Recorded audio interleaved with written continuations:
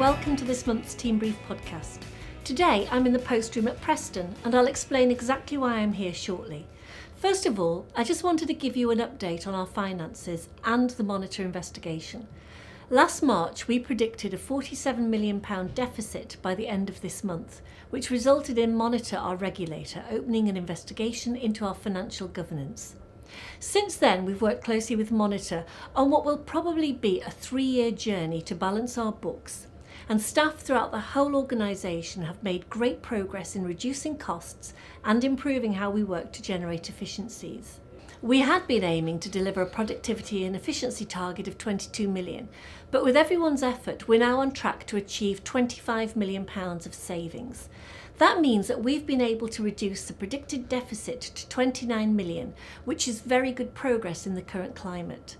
Whilst we're still officially under investigation, Monitor has been assured that our finances are under control and that we have the capability to improve our position going forward.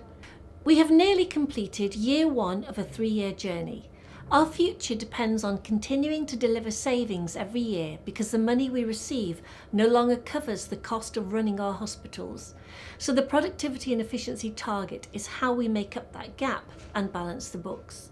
In the coming year, we need to achieve an efficiency target of a further £24.5 million, and this will help us to further reduce the outstanding deficit to £10.2 million. Each area of the organisation has been asked to deliver a portion of this overall target. The people in the best position to identify waste and spot opportunities for practical improvements to how we work are you, our staff. And that's exactly why I'm here in the post room today. The Business Delivery Unit is working with the team here in the post room to carry out a postage review because we've identified that mail, which is not addressed correctly, is wasting a lot of money. So I'm here with Peter McLean, our post room supervisor, who's going to explain more. So Peter, what do we mean by mail that isn't addressed correctly, and how is this leading to wasted money? Well, correctly produced mail is cheaper to send.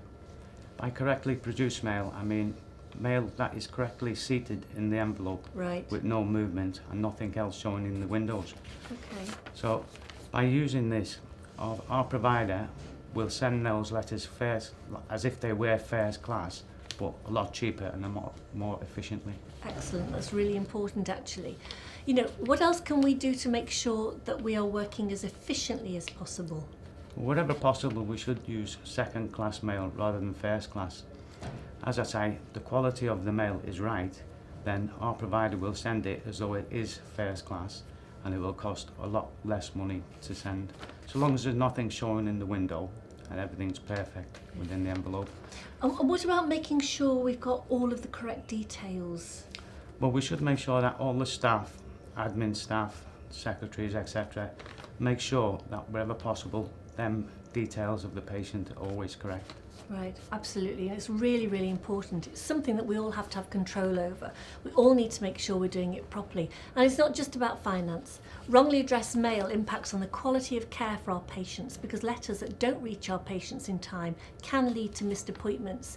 And if there's any additional information displayed on an envelope which breaches patient confidentiality, it may lead to a patient feeling upset and we may incur financial penalties. So please make sure you understand how your post should be marked. If you have any questions, contact the team here in the post room. And Peter, thank you very much for explaining that to us. It's been very helpful, and I'm sure the staff who see the podcast, it will help them to remember the things that they need to do to make sure the envelopes are addressed correctly and they get to the patient at the right time. And while we're on the topic of working more efficiently, there have been some changes on some of our wards, mainly within surgery. Over the past few months, we've been reviewing how our surgical wards are configured to help us improve patient flow, improve patient experience, ensure we can staff areas appropriately and increase staff satisfaction. We also needed to establish new dedicated wards for vascular and major trauma patients. So we've already told you that the surgical assessment unit has moved from Ward 12 to the emergency decision unit, so that all of our patients with unplanned medical or surgical needs can now be assessed at the front door. And we told you previously about our new 10-bedded major trauma ward, which has opened at the bottom of Ward 14.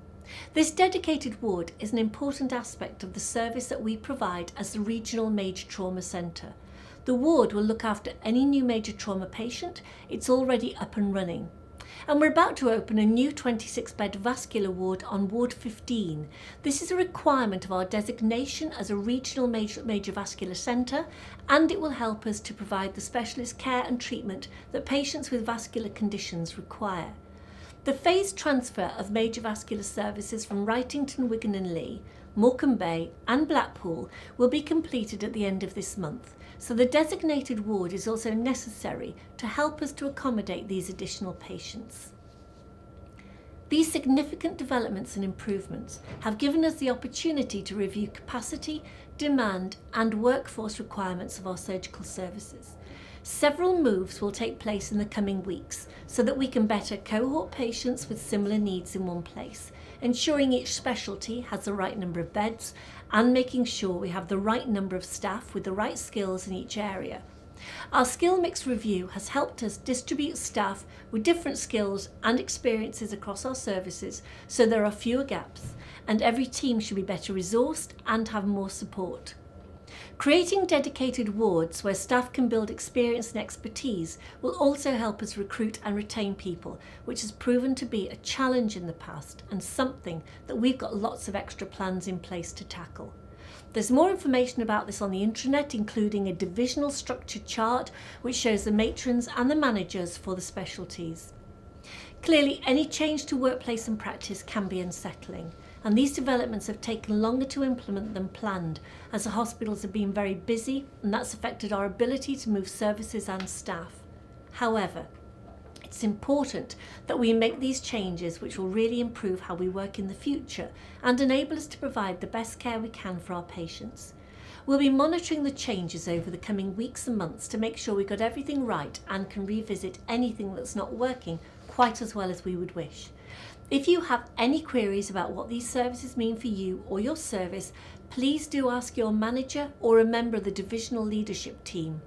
So myself and the rest of the executive team have been talking with the junior medical teams and we're implementing ward-based junior teams. Please see the intranet for more information. Last month I talked to you about the work that we've been doing to review how we provide hospital services and the potential reconfiguration of our buildings. This has been progressing well and we're now working with local partners to design a better health and care system with services that are properly joined up. We've now agreed that this transformation programme will be called Our Care, Our Health rather than Your Hospitals, Your Health, because hospitals are just one part of an overall health and care system. To enable us to improve how our hospital services are organised and delivered, all the other organisations involved in providing care locally need to review how they work too, so that people can access the care they need when they need it in the right setting, and together we support people to stay well. This is an exciting progress and we believe that by collaborating in this way, we can achieve much more than each individual organisation can in isolation. We're continuing to work toward developing proposals for change that are likely to require a formal public consultation later this year.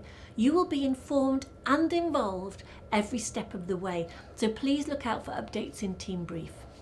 Okay, so now you know all about the things we're doing to make things better for you and our patients, let's take a look at our performance figures.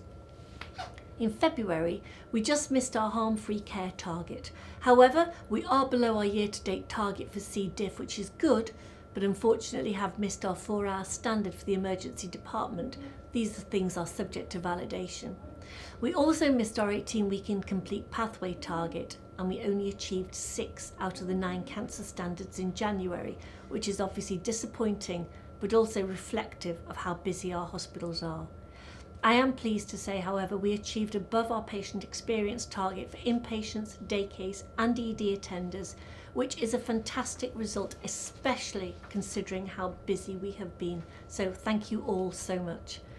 Unfortunately, we just narrowly missed our patient experience target for outpatients. And while we're looking at patient experience, myself, the other executive directors and the non-executive directors now watch a patient story video each month during our board meeting. The films show patients talking about their experience with us, what we've done well and what we can improve, and then we discuss lessons learned and actions to take. It's a great opportunity to get detailed feedback directly from our patients. The first video shows the story of a lovely man called Raymond, who has nothing but praise for all of you and the fantastic work that you do. Please take a few minutes to watch the film. It's on the homepage of the intranet. I'm sure that you'll agree that Raymond raises some really interesting points that we can all learn from about taking a bit more time to talk to our patients or to make time to develop new ideas within our teams. And there will be a new patient story video posted on the intranet each month. Now, just a couple more things to mention before I finish. Last month we told you about our new web-based recruitment system called Track, similar to NHS Jobs but with greater functionality that enhances and speeds up the recruitment process. Please be aware that internal vacancies are no longer advertised on NHS Jobs because you'll find them on Track only. There is more information on the Track intranet page, and if you have any questions, contact Sarah or Elaine in HR. And finally, you have the chance to get involved in the Preston Health Mealer, which is a community health and wellbeing event. This has been running for the past 15 years and is a great opportunity to engage with members of our community and showcase your services. We can also use this event to empower the public to lead healthy lifestyles and encourage them to make an effective and informed choice about which health resource to use. In the past, lots of our staff have been involved, and there will be a large number of health professionals and voluntary organisations working together to promote healthy living in our communities. For more information, have a look on the intranet or contact the community involvement team if you want to get involved. So that's the end of Team Brief podcast for this month. Thank you for watching, and please join me again next time.